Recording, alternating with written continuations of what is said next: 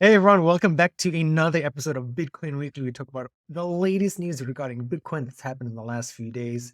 Without further ado, let's get started. Bitcoin currently sitting at $42,700. Craig Wright is in the London High Court trying to prove that he is Satoshi Nakamoto. Nayib Bukele, however you pronounce his name, has won re-election in El Salvador, which means good news for Bitcoin there. A Texas mining town, according to time.com, is had enough with Bitcoin mining.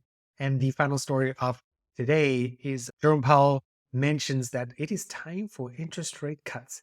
Bitcoin currently at $42,721.51, up 0.9%. This is the last 24 hours.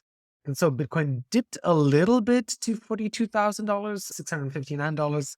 It was down earlier to just below $42,000. But again, we haven't seen too much difference. We saw a high of $43,500 yesterday. And we saw things come down a little bit. And the prices come down a little bit due to some of the sort of negative news we've seen in the last probably 48 hours, 72 hours or so, with some reports coming out of the US that Bitcoin uses up to 2% of the US's electricity, like the whole of the United States. Bitcoin mining uses 2%. And of course, that is a big concern with climate change and global warming and whatever you want to term it. That's a problem. But people in the crypto space have pointed out some of these numbers are not exactly accurate. They're based on 2022 data. That's almost a year ago.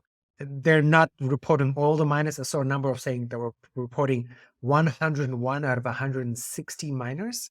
There's 60 miners. They're also not, it's some of the other miners are using renewable energy. That's not taken into account. So the 2% number is not accurate.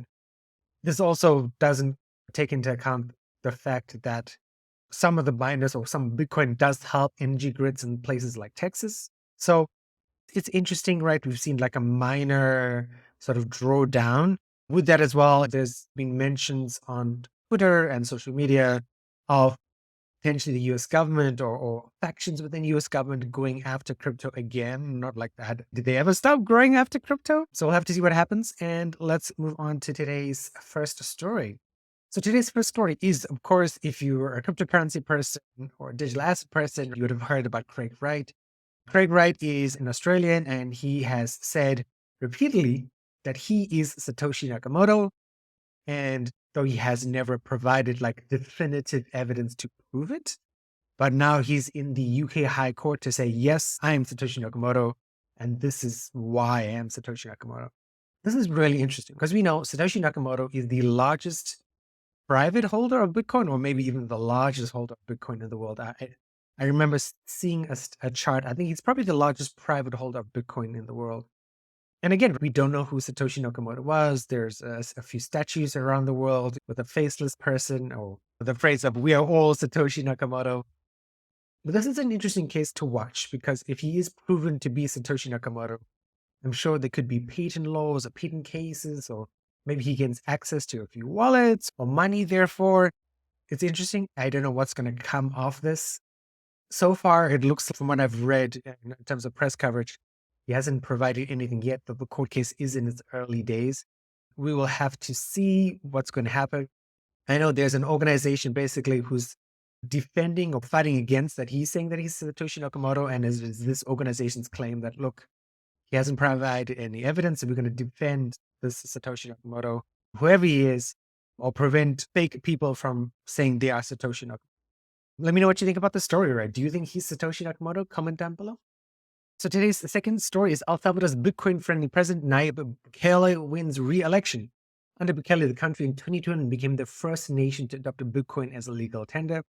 This is a really interesting story because there are two sides of the coin. A lot of people say this guy's a dictator. His party controls El Salvador, controls the parliament. He's a president, of course, as well. And people say that there's no room for dissension in El Salvador. But now with his re-election, he's going to build that Bitcoin city that he's talked about. You probably would have seen stories about that. He also said that he's going to start offering Bitcoin bonds later in 2024. One of the problems with the El Salvadorian government at the moment is they don't have access to US dollars at the moment, right? And that is the way global commerce is conducted. You need US dollars. And the IMF and said, look, you guys had a nice run of the Bitcoin, but time to go back to the US dollars, right? And Bukele said, no, we're not going to do that. With the second term, like most countries are 4 years to be a president, he's got another 4 years to live out the Bitcoin dream. I'm hoping he does do that. But at the end of the 4 years, he says, yes, I'm done. Maybe somebody else from the party takes over. That's fine. But I wouldn't want to see him move more into dictatorship territory. But look, he made a bet about Bitcoin and he did well, right? Even when Bitcoin was really down in the $20,000 he was buying, I believe the government or the country of El Salvador is up in terms of the Bitcoin investment. That's great. We've seen stories, positive and negative stories about purchasing Bitcoin or using Bitcoin to make purchases in El Salvador, where yes, you can go there. You can go to Starbucks, you can go to McDonald's, and it works fine and it's wonderful. And you also remember he gave $50 to everyone in El Salvador. And sometimes there have been negative stories where sometimes it does not work, right? Where you can go and the transaction's stuck, or you try to send money to somebody and it doesn't work. And again, this is a new technology, right? So there are stories like that are expected to happen. So we'll have to see what happens. But yeah, no, good on El Salvador. My fingers crossed for their Bitcoin experiment. Maybe other countries follow suit. We'll have to see what happens. And let's move on to today's next story. Of course, the Texas Towns and Mystery underscores the impact of Bitcoin mines across the US. Some of you guys who watched this podcast for a while, have seen the videos for a while, you would know I started out mining Ethereum. So there's the graphics card. You can see it below the edges of my shoulder. And yeah, but let me tell you, mining crypto retailly as a small miner is pretty loud. I remember this used to be in my living room when I first started mining, and my partner was like, oh my God, this is so loud. Can we shut it off? And I was like, oh no, unfortunately, no, we can't shut it off because that will stop us from mining money and you've got to keep it on. And then when we did 2 cards and then 3 cards and more, it's pretty loud. And these are just GPUs. Regular Bitcoin miners, you probably go, I'll give you permission, right? Stop the video right now, go to Google and just Google or go to YouTube and Google Bitcoin miner home. And it is loud. It's like a small car in your house, right? And imagine as you expand, that's pretty loud. This story, basically coming from Time Magazine, says there are towns where there are these huge, absolutely gigantic Bitcoin mining operations, and it disturbs them. In this article, they mentioned that it was so bad that the mining company built a $2 million wall to prevent sound. And that, of course, blocks sound in one area and amplified it in another, because that's physics. Sound bounces off walls. So this is going to be an impact, because how Bitcoin miners have done things is that okay, we've gone to this power plant. It's no longer operational or it's about to be shut down. We'll take it over. We'll pay for it and we'll mine Bitcoin over there. But unfortunately, again, it becomes down to the sounds of the mining machines. It comes down to the sounds of the fans. They mentioned this. You need gigantic fans to cool your Bitcoin unless you're mining Bitcoin in Iceland underground where it's nice and cool, right? I think this is going to change. I think the Bitcoin mining will not be outlawed in the US, but it will be done similar to some places here where if you want to do really special kinds of recycling, right, you can't be within 10 miles of any town or particular residential area, right? And you have to take into account the wind and the way the wind blows, so the smell doesn't impact people. So I think Bitcoin miners will be forced to mine out in the countryside or to only use renewable energy and not to take over existing power plants, which are usually close by residential areas. All right. So today's next story is Coinbase sees positive outlook for Bitcoin in the long-term future, right? After having that previous negative story, we're going to talk about something happy. They say weekly constructive outlook report on Friday, offering its insights onto BTC's future trajectory. Many technical factors pressuring Bitcoin specifically and crypto more broadly are starting to be exhausted in our view. What are these technical factors, right? We talked about them on previous Bitcoin weekly episodes, where we have Mt. Gox, where we have other entities saying, actually, we need to sell our Bitcoin in order to pay people back in the case of Mt. Gox, in the case of Three Arrows Capital or other places where in the regulatory mix at the moment, right, they need to get rid of their Bitcoin, as they mentioned FTX over here, in order to pay back creditors. So those are those cases. There are people who are just selling to take profit, where they bought, again, emphasizing what I've said over the previous episode, where they were selling Bitcoin to take profit and get back the money they put into Bitcoin last year when it at its lows, where like most cryptocurrency people were burnt, where they're like, okay, my God, it's going to keep going up and up. So I never need to sell. I'll only sell when it's $200,000 of Bitcoin.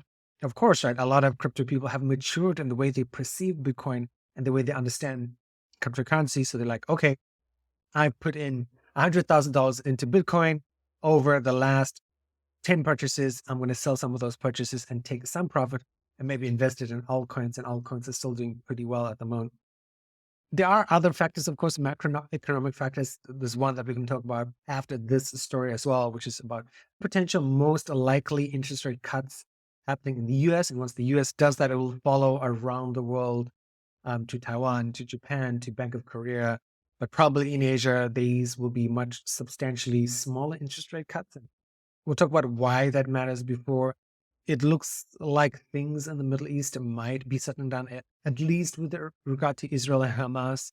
Ukraine and Russia are still in a stalemate as well. So there are macro issues, but we'll see what happens, right? Because we do have the positive factors of people participating in the ETS, the big asset managers buying Bitcoins, of course, which is buying pressure, which does help to offset the selling pressure as well. I think once we have a rosier macroeconomic climate, we can expect prices to appreciate up. Again, not financial advice. Today's last story, it says Federal Reserve Chair Jerome Powell said the time is coming for interest rate cuts. Again, this was predicted last year. He hinted at it and is, yep, inflation's under control. Despite the job cuts, we're still having positive job growth in the United States. The global economy is still doing decently for the most part, but I'd encourage you to check out our US story. We talked about actually in the world, right? The US is doing the best compared to China, compared to Europe as well. So it makes sense to cut interest rates, right? And not to dampen economic growth. We've seen lots of numbers thrown around between 3 to 4 interest cuts this year. I think probably 3, maybe even 2. It still says at the bottom of the article, still, financial markets see a 20% chance the Fed will cut rates in March and a 71.3% chance they cut in May. March is next month, right? A very low chance. And Jerome Powell has hinted he's probably not likely to cut rates then. But at least in May, we're definitely going to see an interest rate cut. So that's going to bode well for the stock market, any sort of investment across the board, because what that means, right? If you're not into economics or finances, that think of it as the last year or so of the Federal Reserve tightening the faucet and letting the flow of money coming out of the government at a drip pace. Now they're opening it a little bit, and now there's more water coming out, more money coming out. That's going to go throughout the entire system.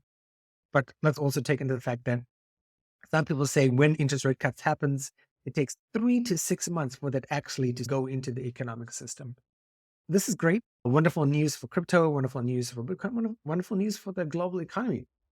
What do you guys think? What was your favorite story today? Mine would definitely have to be the mining story again, because I miss the technical challenges of mining and the software challenges.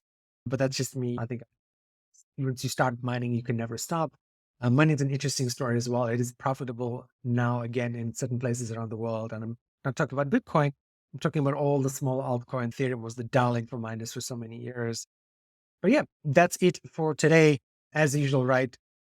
Don't forget, next week will be the last Bitcoin Weekly episode, or not really for this month, but while I'm doing it live. And then the week after that, we'll have an interview with Fluence, the co-founder of Fluence, who's also on a bunch of projects. And the week after that, we'll be back from South Africa doing another Bitcoin Weekly. So let me know what you think. Don't forget to check out our shorts on Instagram and on Facebook and on TikTok. I know some of you guys are loving that stuff there. And as always, it's a pleasure. I'm looking forward to more comments, more video views, and then we will see you guys next time.